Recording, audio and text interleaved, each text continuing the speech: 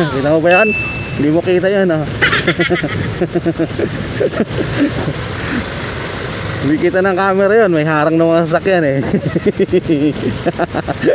Kamot na lang yung AI nila dyan. Hindi ko nakita yun, oh. May harang ng mga sasakyan eh.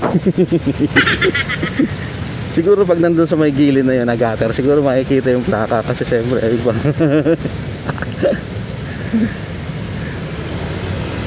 So, ang dami na ulit. Kaamot yung NCAP na AI nila dyan kasi hindi nila makuha yung camera yung kaplaka eh. Kapwa natin motorista, lalong lalo na yung mga maingipin, ayaw nang natatraffic. Alam nila yan na hindi tayo kita ng camera dito, kaya dadaan tayo. Kumbaga blind spot ba? Sa araw-araw na daan dito ng mga motorista, imposibleng hindi nila malaman yung kung saan yung blind spot. Kahit ako alam ko kung saan yung mga blind spot yan eh. Pero syempre ano naman tayo, masunuri naman tayo kasi naka-open yung camera. Kasi pag naka-camera daw eh, naka-camera ka lang kaya ano ka, sumusunod ka, masunurin ka. Di ba? Siyempre magkaano multa dyan pag ka dumaan sa EDSA busway, 5K. Tapos kung ilang beses ka na nahuli paulit-ulit, tumataas 10,000, 20,000, 30K, tapos suspension ng ano. Pero yun na, hindi pa natin masyado alam kung naaano ngayon yan. Kasi wala namang balita eh. Maganda sana sa ano, sa ahensya, maglabas sila ng kahit paano balita ba ng kung ilan yung nahuli nila sa buwan na to, 'di ba? Ilang beses sila nakahuli na dumoble na yung violation para at least yung mga motorista matatakot na o ang magiging aware o iiwas. Tingnan nyo ngayon, ang dami na ulit dumadaan dyan. So, ang dami na ulit. Halos araw-araw araw-araw na ulit may dumadaan. Di katulad ng mga unang linggo ng NCAP na mahigpit. Halos walang dumadaan dyan eh. Wala kang makikita dumadaan. Kasi nga, aware sila na, uy, mahigpit pa to. Nakatutok ko sa mga CCTV, nakatutok ko sa monitor para mag-abang ko sino yung magbabiolate. Diba? Eh ngayon, alam mo naman ang Pilipino pag sinabi niya ano eh, ay wala na to. Lumipas na yung isang buwan, wala na, hindi na mahigpit to, maluwag na to, di ba? Ganoon naman eh. Ano na lang to, pitchi na lang to kung kailan manguhuli, kailan mag-aabang, di ba? Ganoon naman ang ano ng mga motorista ngayon eh.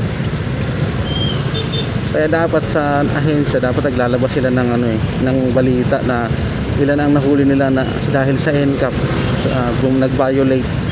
nag-violate sa batas trapiko sa EDSA. Ba't naglalagay sila ng report sa kanilang mga Facebook page, diba? YouTube channel, para at least ano, aware yung ibang motorista matatakot ba. Ayun, wala na ulit takot eh, kasi alam nila na hindi na maluwag eh, hindi na maluwag na eh. Pero unfairness naman, pumunti na yung ganun, no? Pumunti na, hindi katulad dati na sobrang dami. Pag makikita mo dati na pag labas ng bus, pagdaan ng bus, ang daming motor sa likod. Ngayon, konti na lang. Kasi konti na lang, pero di ba, at least bumalik. Masala pag yung iba nainggit. Ay, ang inawang dami nang dumadaan doon, nadaan na rin ako. Di ba? Sunod ako, dadaya ako, yung nainggit ako eh. Daan na rin ako. Di ba? Yan, ganun yun. So, umpisa na ulit, padami na ulit ang padami. Yun na sinabi ko dati sa ano eh, sa EDSA busway din dito eh, nung 2020, 2021, na dati ang higpit nila, may bantay sila dyan, taas baba, may bantay sila dito, may bantay sila sa ilalim, may bantay sila sa taas, kasi bantay sarado talaga. So ang sabi ko okay yun eh, kasi bantay sarado ba. Ano yung sabi ko nun, may sinabi ako nun eh, sa video ko, ano yun eh, naka-upload din yun eh. Nasabi ko, once na itong mga to eh, tamarin,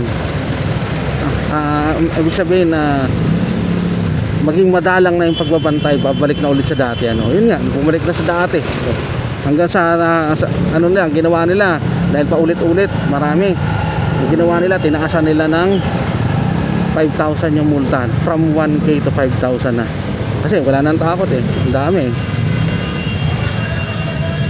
So hindi na sila natakot no? Kaya ayun, pero sinabi ko yun eh, may video ko noon na pag itong mga bantay na to eh tama rin, maging madalang na lang yung pagbabantay nila, hindi na araw-araw, hindi na madalas, paminsan-minsan na lang sila magbabantay. Babalik to sa dati. Ayun nga, bumalik sa dati. Sobrang dami na ulit ang dumaan dyan, ginawang expressway, mas lalo dito sa tunnel, sa dyan sa underpass, pati sa overpass ang daming dumadaan doon. Pag makikita mo, pag may dumaang bus sa likod, ang daming nakasunod na violators. Eh ngayon syempre wala na, tahimik na eh. Hindi katulad dati, araw-araw na sa balita yung NCAP na nalaos na eh. So yung iba syempre dumadaan na, babalita sila na may nahuli, ganito yung nahuli nila sa araw na to, sa buwan na to. Tapos total mo yung ano nila, no? Kung susumahin natin yung ano, kung susumahin natin sila na nahuli dito sa EDSA busway times 5,000, ganito yung nakolekta namin, ganito yung aasahan namin, ganito yung makukolekta namin kung sakaling ito ay magsettle ng mga violation, di ba? Tingnan mo, ano yan, tawag dito, magtitino yung iba dyan, yung magiging matino ulit yung iba dyan kasi napapanood nila eh, nababalitaan nila, uy, tangina, may hulihan pala dito, ay tangina, kasama ako dun sa nahuli kasi alam mo na dumaan ka dyan eh. Kumbaga may iisipin na sila, tangina, dumaan ako dyan nandun kaya ako sa ano na yun, sa total nila na yun, nandun kaya ako, kasama kaya ako doon, di ba? Mapapaisip sila eh.